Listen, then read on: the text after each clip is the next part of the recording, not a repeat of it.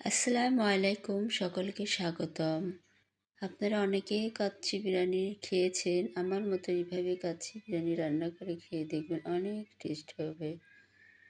পেঁয়াজের বেরেস্তা করে নিলাম, আলুগুলো ভেজে নিলাম, চাউলগুলো 30 মিনিটের জন্য ভিজিয়ে রাখলাম।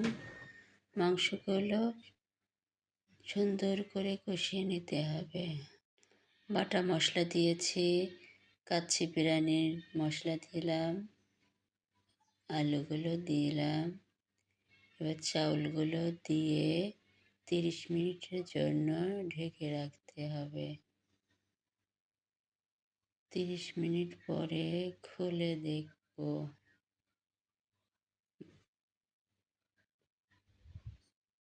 দেখুন কি সুন্দর হয়েছে, একদম পারফেক্ট।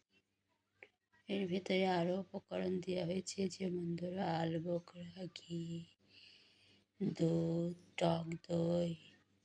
এগুলোর রেসিপিটা স্কিপ হয়ে গেছে, এই জন্য অনেকভাবে দুঃখিত। আসসালামু আলাইকুম।